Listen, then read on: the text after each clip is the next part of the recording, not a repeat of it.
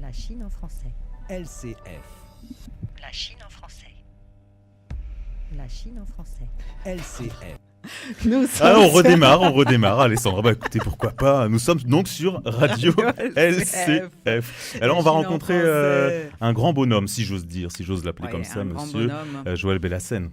Puisque, oui, vous aussi, vous avez soutenu votre thèse avec lui, mon cher Arnaud. Ma motivation dans la rédaction de ma méthode de chinois, elle était claire dès le début. C'est que j'ai voulu rétablir l'idée d'une approche du chinois qui respecterait la particularité du chinois, c'est tout. Pourquoi ? Parce que j'avais constaté depuis le début de mes études que les manuels sur lesquels nous apprenions le chinois, qui étaient faits en Chine, curieusement ne respectaient absolument pas les singularités élémentaires du chinois. Alors je vais dire les choses simplement. En français, en anglais, en italien, en espagnol, en russe, en arabe, il y a l'unité minimale de la langue, c'est le mot. D'accord. Il y a un mot pour dire table, un mot pour dire télévision, un mot pour dire enfant, pour dire pluie, etc. Ouais. Bon. Jusque-là, je vous suis. Voilà. Moi qui ne parle pas chinois. Vous allez voir que ça va être simple. En chinois, il m'a toujours semblé évident, pas seulement à moi, qu'en chinois, il n'y avait pas qu'une seule unité, le mot. Il y avait aussi une autre unité qu'on appelle le caractère, l'unité de sens. Alors prenons un exemple. Le mot pays, qui se dit en chinois guojia, est fait de deux unités de sens, de deux caractères. Le premier signifiant pays et le deuxième signifiant famille. Pays, famille, c'est la façon dont on dit couramment pays pour dire j'aime mon pays ou ce pays est grand, etc. Le problème, c'est que dans les manuels chinois, cette chose-là n'est pas reconnue. On veut imiter les langues occidentales et on expose aux étudiants que nous sommes, aux apprenants que nous sommes, que le mot global, guojia, en vous disant qu'il veut dire pays, mais sans vous dire ce que signifie le premier caractère et ce que signifie le deuxième. Et donc nous étions à Paris, à l'université, obligés à chaque fois de demander ce que signifiait la première unité de sens et la deuxième, parce que ceci n'était pas reconnu. Pourquoi n'est-ce pas reconnu encore aujourd'hui par la Chine ? Volonté d'imiter les langues occidentales, de ne pas se démarquer. Déjà à l'époque, parce que je dirais que c'est une tendance un peu actuelle. Eh bien, sachez que c'est beaucoup plus ancien. D'accord.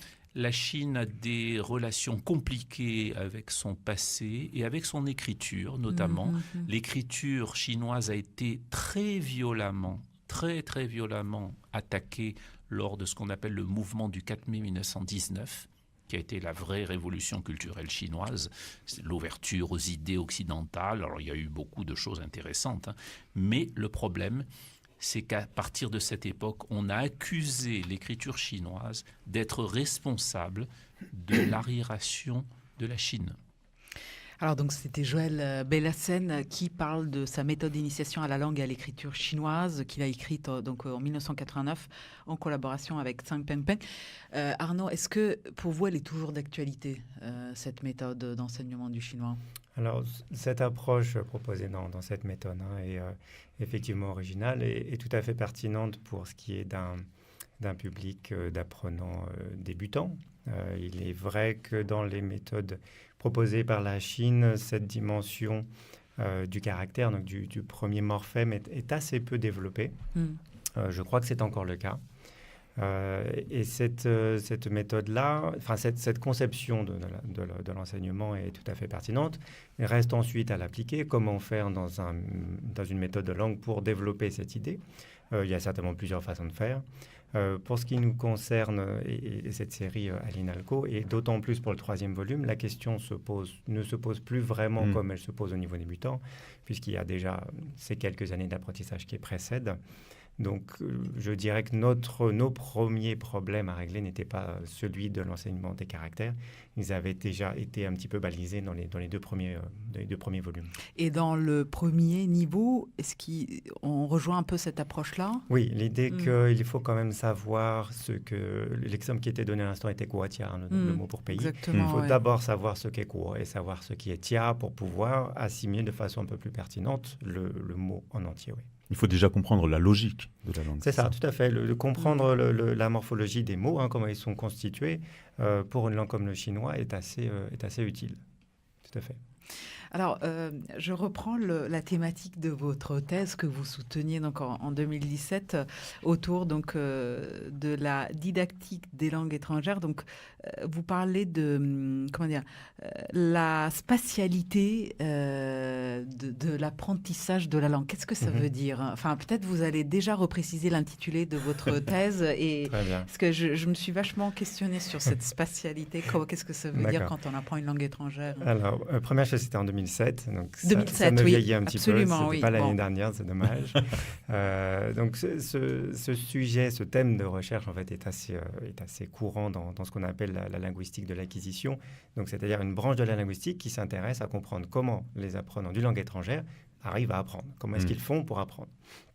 Et dans ce domaine de recherche, il y a un domaine qui est une thématique qui est assez fréquente, assez fréquemment utilisée et décrite depuis, on va dire, une trentaine d'années, 20-30 ans.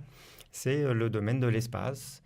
Pourquoi? En fait, c'est assez simple. C'est parce que tout le monde voit les choses qui nous entourent. On voit une personne qui entre dans la pièce, on voit un livre posé sur la table. Mais on sait que les langues varient assez largement lorsqu'elles décrivent ces choses-là. Que ça soit donc une activité, un procès, quelqu'un qui se déplace, ou quelque chose de statique. On sait que les langues fonctionnent assez différemment pour dire ça. Et c'est assez intéressant de les décrire.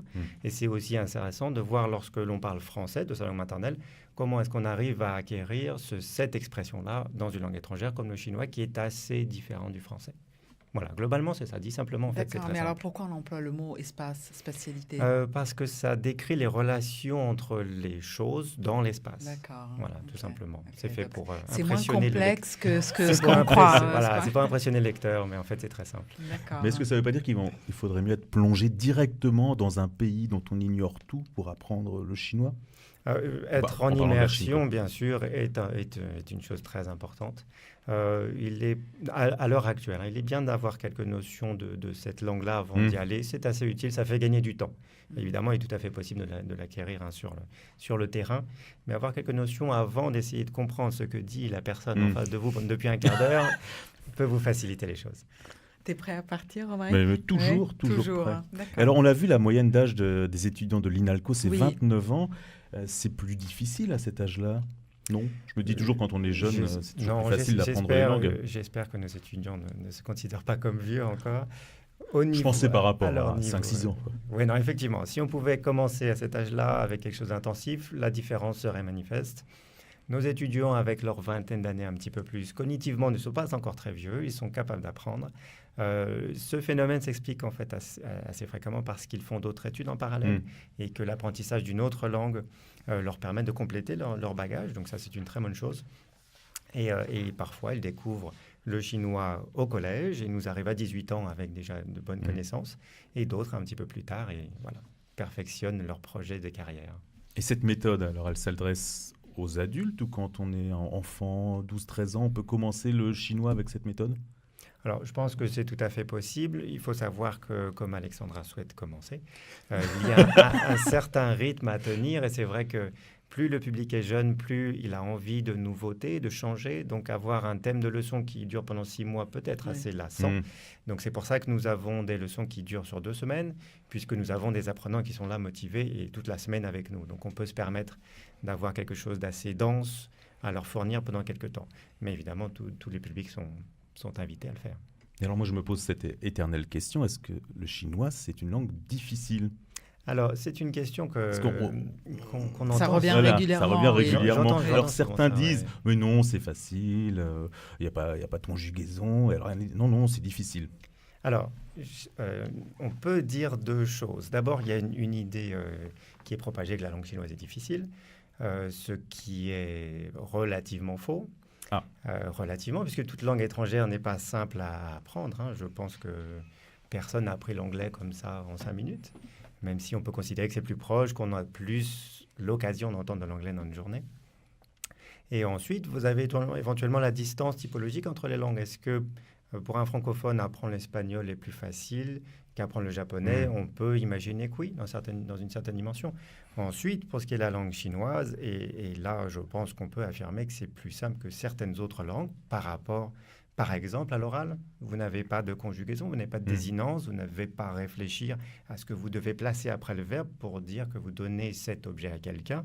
Tout ceci se fait dans la syntaxe et au niveau débutant, je dirais que c'est assez facile.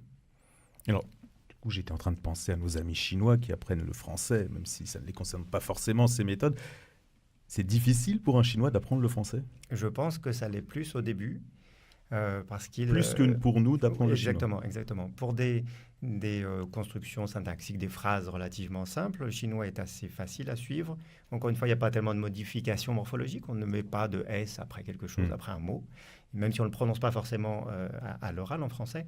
Dans bien des cas, vous devez accorder des choses et dire que c'est au passé, que c'est au futur.